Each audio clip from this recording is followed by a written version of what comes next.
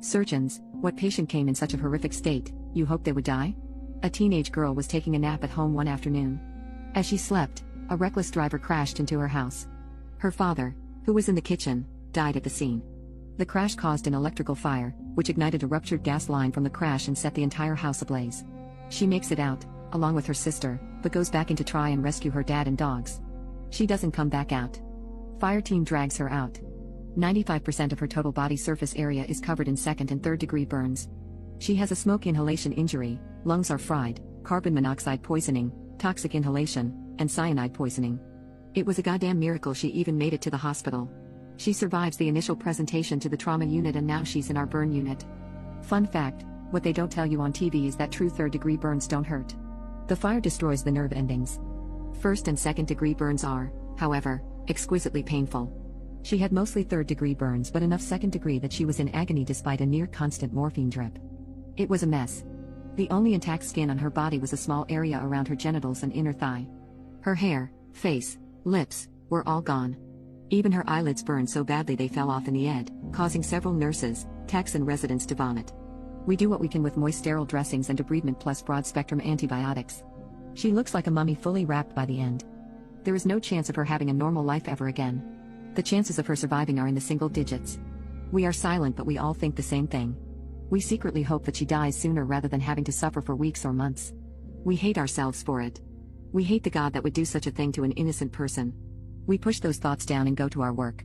We follow the evidence, go above and beyond. We hope she doesn't suffer, but if she is to survive we will make sure she has the best shot possible. After a few days the infection began to set in. All that dead tissue was basically a breeding ground for all kinds of nasty bugs. The first thing we noticed was the smell.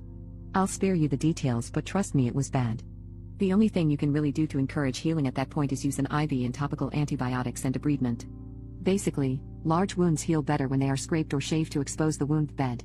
This removes dead cells which prevent growth and encourages new skin formation. It takes weeks of treatments. This is already an unpleasant process for a small burn and wound. We had to do this essentially all over her body. We had to scrape her burned skin raw everywhere. Multiple times per week. Anything dead had to be removed. I remember a particularly nauseating moment when I was trying to gently scrape around her fingernail to save it and the entire tip of her finger, nail included, pulled off with some dead skin. By this time the infection set in hard. Multi-organism, resistant, fungal co-infection, you name it. The fungus was the worst part because it just ate away at her exposed tissues. We would debride an area and the next week it would be full of little pockmarked holes.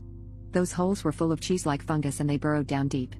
To the point where after you cleaned the fungus out you could stick your finger in the hole and feel the slippery connective tissue overlying the muscles below. You could literally touch the muscle. We spent hours digging out those little holes down to the muscle. All over her body, her legs, her back. That day I said out loud in the operating room, "This is the worst thing I've ever seen in my life." Several years in medicine later that statement remains true. That same day a surgical resident sat with me at lunch and we both broke down. He said this was all cruel and pointless. She would probably die from a massive infection and this poor patient suffered these weeks for nothing. This is the only time I've ever heard the lead surgeon say, "It would have been better if they didn't come out of the fire that day." She survived the next few days, and we started with the skin grafts. Trying to rebuild her face, and cover her body. Grafts would regularly get infected and have to be peeled off. She needed so many grafts we gave up suturing them in place and began stapling them in place. Her average time in the operating room was about 10 hours per procedure. Of course we have to keep the operating room at 98 degrees because burn patients go hypothermic quick. So imagine spending 10 hours on your feet, working with your hands in full scrub gear, in a nearly 100-degree high humidity room. It was brutal. I try not to think about what it was like to experience this. The patient could communicate by pointing with her eyes. She could speak a little bit too but not much. With no unburned skin to lie on, she had to lie on her back with her dressed burns touching the bed. She was mostly immobile. So she just had to lie there in pain for hours and hours wrapped up in these itchy dressings over her burns. She had no eyelids and couldn't blink or emote as you would expect a human to. She had no lips and couldn't close her mouth. She didn't look human. It terrified me and for a while I hated myself for feeling that way. I rotated out of the burn unit not long thereafter. Last I heard she survived and went home after 4 months. She really wanted to live I guess. She was much stronger than I am. Oh and the rotten cherry on top of this crap sundae? The driver of the vehicle survived with a moderate leg burn. He spent a week in the burn unit and went home. He was in the room next to her. Her sister almost needed to be admitted to the psych ward because the situation messed her up so bad.